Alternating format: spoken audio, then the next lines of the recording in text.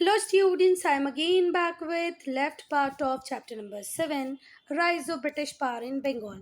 बेटा जब पार्ट 2 की एडिटिंग में कर रही थी तो शायद बैटल ऑफ बक्सर मुझसे एडिट करते टाइम ऐड करना रह गया, इसीलिए इस वीडियो में सिर्फ हम लोग क्या डिस्कस करेंगे बेटा, बैटल ऑफ बक्सर। बेटा बैटल ऑफ बक्सर कब होता है? 1764। बैटल ऑफ प्लासी होता है 1757 में, वहीं बैटल ऑफ बक्सर होता है 1764 में। तो बैटल ऑफ बक्सर होने के पीछे कारण क्या रहता है कि जो ब्रिटिशर्स होते हैं उन्होंने मीर जाफ़र को रिप्लेस किया था, किससे? मीर कासिम से।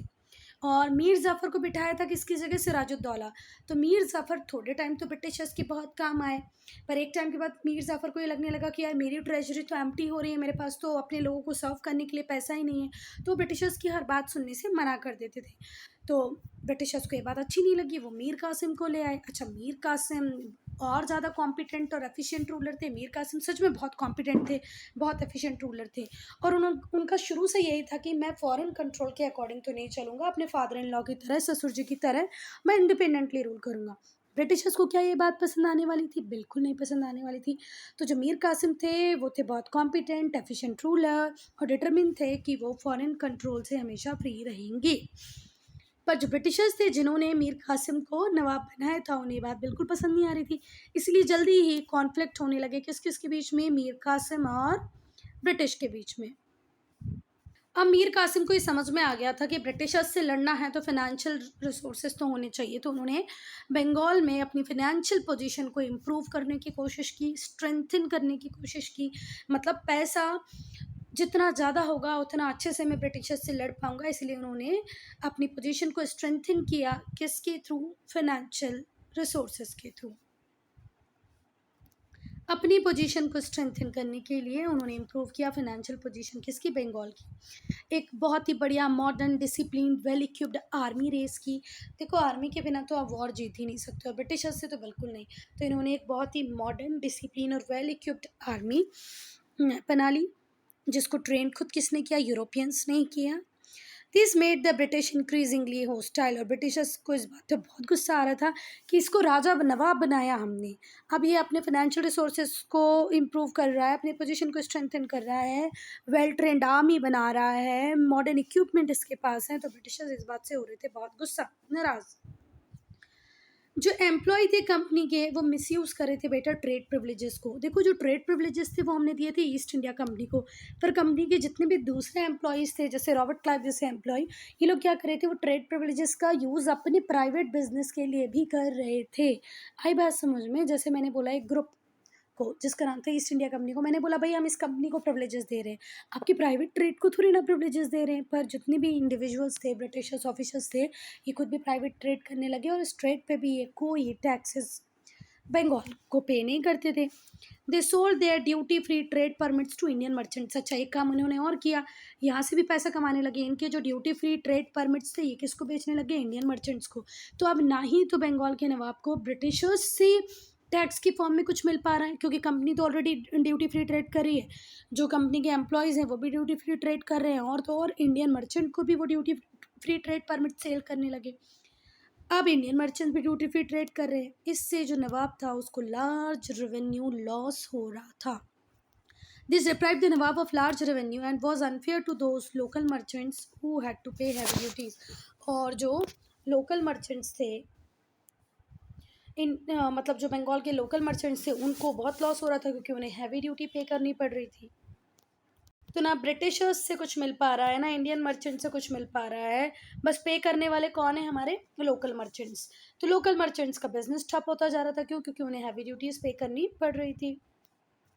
अब इस करप्ट प्रैक्टिसेस को एंड करने के लिए, जो करप्ट प्रैक्टिसेस ब्रिटिशर्स यूज़ कर रहे थे, इसको एंड करने के लिए मीर कासिम ने सारी ड्यूटी एबलिश कर दी इंटरनल ट्रेड पे।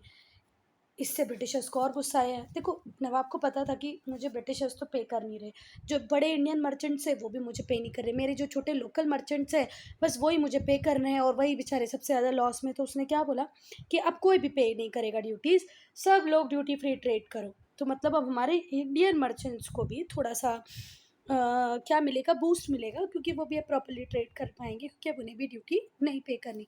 पर ब्रिटिशर्स को इस बात से बहुत गुस्सा आया। उन्होंने बोला हमें इंडियन मर्चेंट्स की तरह इक्वल ट्रीटमेंट बिल्कुल पसंद नहीं है। They refuse to accept an equal status with an Indian merchants.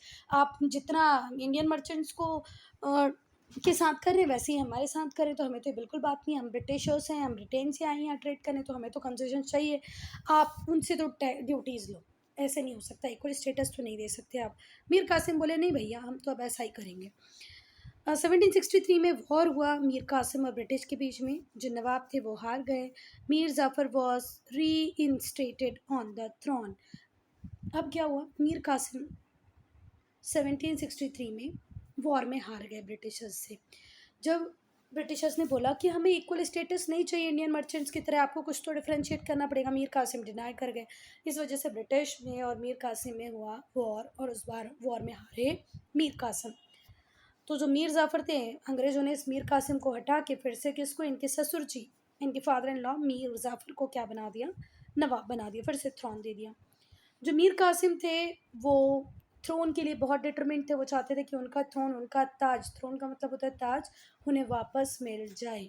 तो वो कहाँ चले गए, भागकर अवध चले गए, जहाँ पर उन्होंने अलायंस बनाया सूजा उद दौला से। सूजा उद दौला कौन थे, नवाब ऑफ अवध, ठीक है, and the Mughal emperor Shah Alam two. तो अब जब मीर कासिम भागकर पहुंचे हैं कहाँ, अवध, तो उन्होंने अवध के सूजा उद दौला से बात की कि भैया देखो हमको ब्रिटिशर्स को चेक तो करना पड़ेगा, ये तो बहुत अपनी मनमानी कर रहे हैं। सूजा उद दौला भी बहुत परेशान थे किससे, अंग्रेजों से। तो सूजा उद दौला ने बोला कि चलो ठीक है कुछ करते हैं।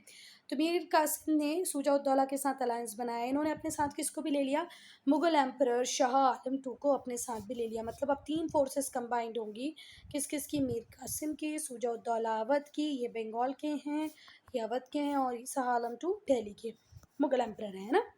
तो इन तीनों की फोर्सेस कंबाइन होगी। जो कंबाइंड फोर्सेस हैं इन 3 अलाइज की क्लैश्ड विद कंपनी ट्रूप्स, और अब इनके क्लैशेस होंगे कंपनी ट्रूप्स के साथ। कहाँ पर, बक्सर में 1764 में।